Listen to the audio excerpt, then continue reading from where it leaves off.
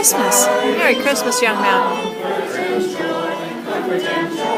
Oh, tidings of comfort and joy. We wish you a Merry Christmas. We wish you a Merry Christmas. We wish you a Merry Christmas and a Happy New Year. Merry Christmas. Good tidings, Merry Christmas, good lady. Good tidings, Merry Christmas to you. Christmas and a Happy New Year. What is the meaning of this commotion? Has some great tragedy befallen us to cause such a disturbance? Well, do tell, then, why all of this caterwauling outside my window?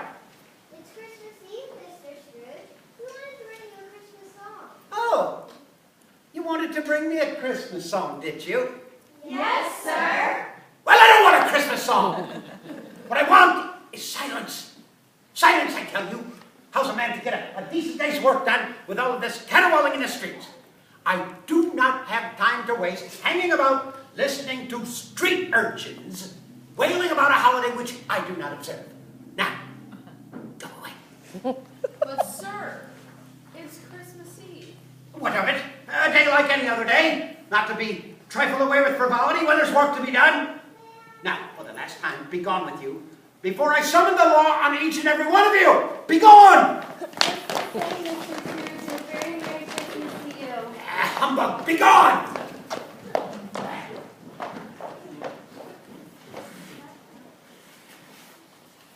Marley was dead, to begin with. There is no doubt whatever about that.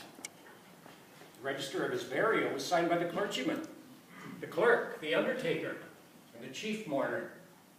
Scrooge signed it, and Scrooge's name was good upon anything he chose to put his hand to. Old Marley was as dead as a doornail. Mind, I don't mean to say that I know of my own knowledge what there is particularly dead about a doornail. I myself might have been inclined to regard a coffin nail as the deadest piece of ironmongery in the trade. The wisdom of our ancestors is in the simile. My unhallowed hand shall not disturb it, or the country's done for. You will therefore permit me to repeat emphatically, Marley was as dead as a doornail. Scrooge knew he was dead? Of course he did. How could it be otherwise? Scrooge and he were partners for, I don't know how many years.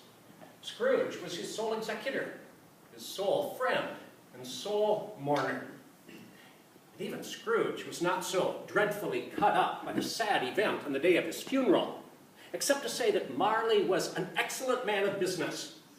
Scrooge honored that quality by making the funeral an undoubted bargain.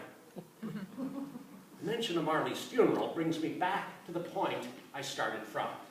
There is no doubt that Marley was dead. This must be distinctly understood.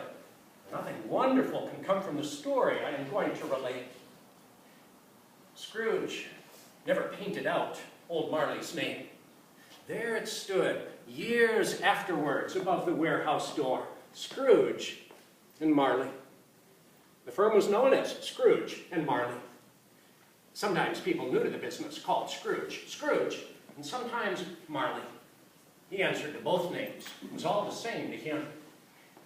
Nobody ever stopped him in the street to say, "My dear Scrooge, when will you come to see me?" Even blind men's dogs appeared to know him. When they saw him coming on, they tugged their owners up streets or into doorways, and then would wag their tails as though to say, "No eye at all is better than an evil eye, dark master."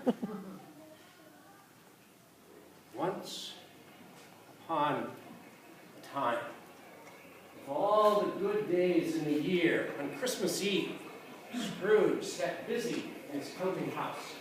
It was cold, bleak, biting weather, foggy withal.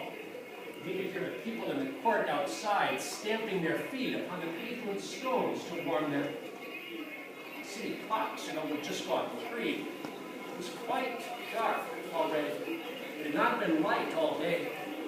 Candles were flaring in the windows of the neighboring offices like ruddy smears upon the palpable brown air. fog poured in through every chink and keyhole. It was so dense without that although the street was of the narrowest, houses opposite were mere families.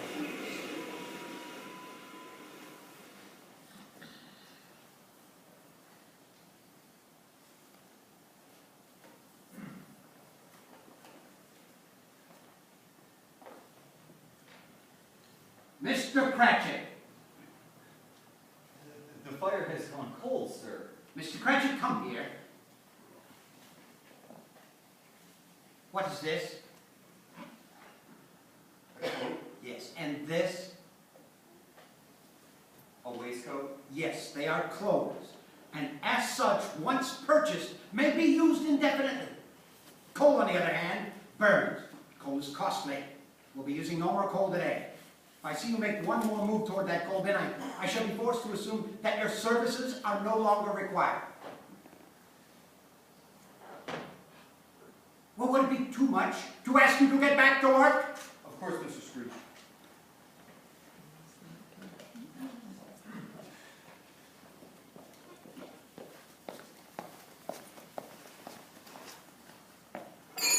Merry Christmas, Mr. Cratchit. Merry Christmas to you, too, sir. Merry Christmas, Uncle. God save you. I said, Merry Christmas. Bah, humbug. Christmas a humbug? You cannot be serious. I'm sure. I am serious, quite serious. What Christmas do you, what right have you to be merry at Christmas? You're poor enough. What right have you to be dismal? What reason have you to be morose? You're rich enough. Ah, humbug. Don't be cross, Uncle. What else can I be when I live in a world of fools such as this? Merry Christmas. Out upon a Merry Christmas. What's Christmas time for you but a time for paying your bills without any money? A time for finding yourself another year older and not 1 hour richer. Why, if I could work my way, every idiot that went about with a Merry Christmas on his lips would be boiled in his own pudding and buried with a stake of holly right through his heart. Uncle! Nephew, you keep Christmas your way, let me keep it mine. Keep it, but you don't keep it. Then let me leave it alone. Whatever good it will do you, whatever good it has ever done you.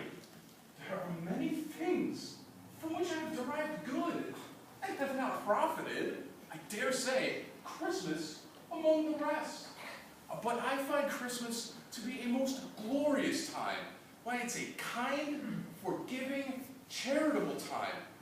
The only time that I know of within the long calendar of the year where men and women feel by one resolute to open their normally shut upon hearts and freely give and share with all of God's creatures.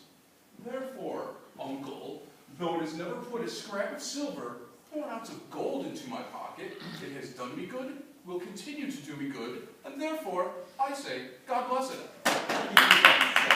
Yeah. Mr. Cratchit, let me hear one more sound from you, and you shall keep your Christmas by losing your situation. You, sir, are a very powerful speaker. Thank you. It's a wonder you don't go to Parliament. Don't be angry, Uncle. Come, dine with us tomorrow. No. Why? Why? Why did you get married? Because I fell in love. Because you fell in love. Good afternoon. Nay, you have never given that as a reason not to come before. Why do so now? Good afternoon. I want nothing from you, and I ask of nothing in return. Why can we not be friends? You're wasting my time. Good afternoon. I'm sorry, Uncle, with all of my heart, to find you so resolute. We have never had quarrel, at least to which I have been a party. I make this trial in homage to Christmas, and I will keep my Christmas humor until the end. Therefore, I say, Uncle, Merry Christmas, and a Happy New Year. And I have said, good afternoon. And you, Mr. Cratchit, give my warmest regards of the holiday season to your wonderful wife and family. Thank you, sir. You too. You too. There's another fellow, my clerk. 15 shillings a week and a wife and a family going about Merry Christmas. She'll be tired of the madhouse.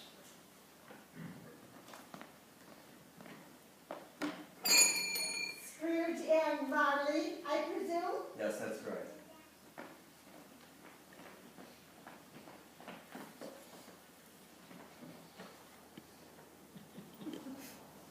Do I have the pleasure of addressing Mr. Scrooge or Mr. Marley? Dead. Dead? Dead. Marty's been dead these 7 years. Died 7 years ago this very night. Well, I perfectly understand that his partner has the same qualities as Mr. Marley? Marty, yes. Been dead 7 years.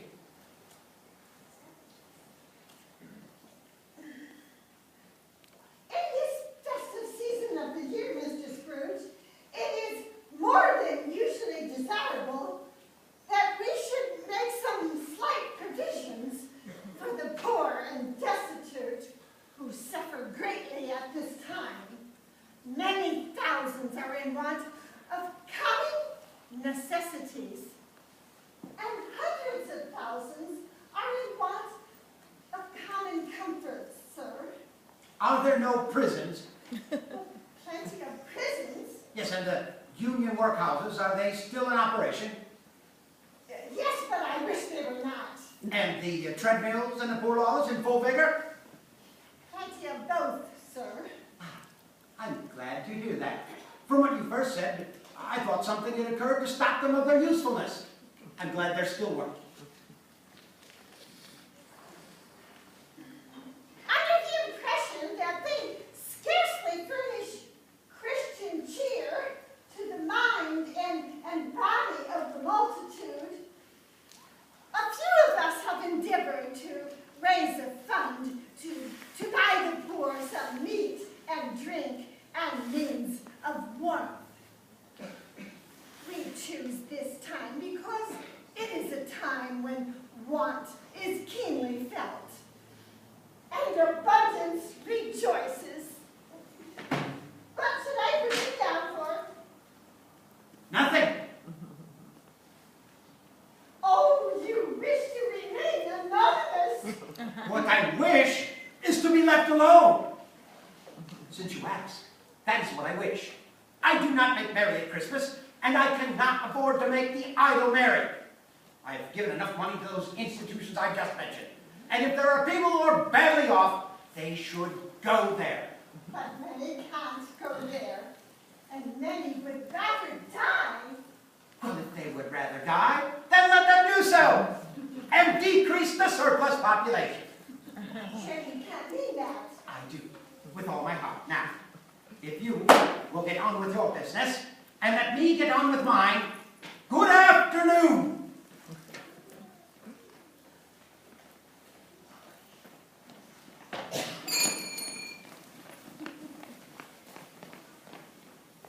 Silent night, holy night, all is calm, all is bright, round the Virgin Mother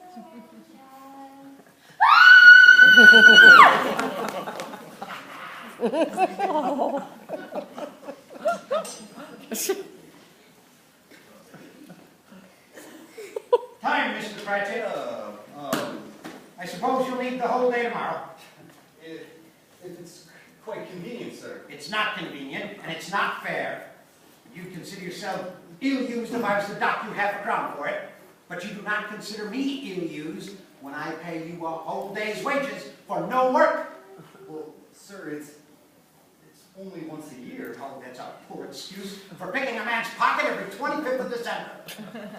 But I suppose you must have the whole day, so be up all the earlier the next day. That I will, sir. That I will.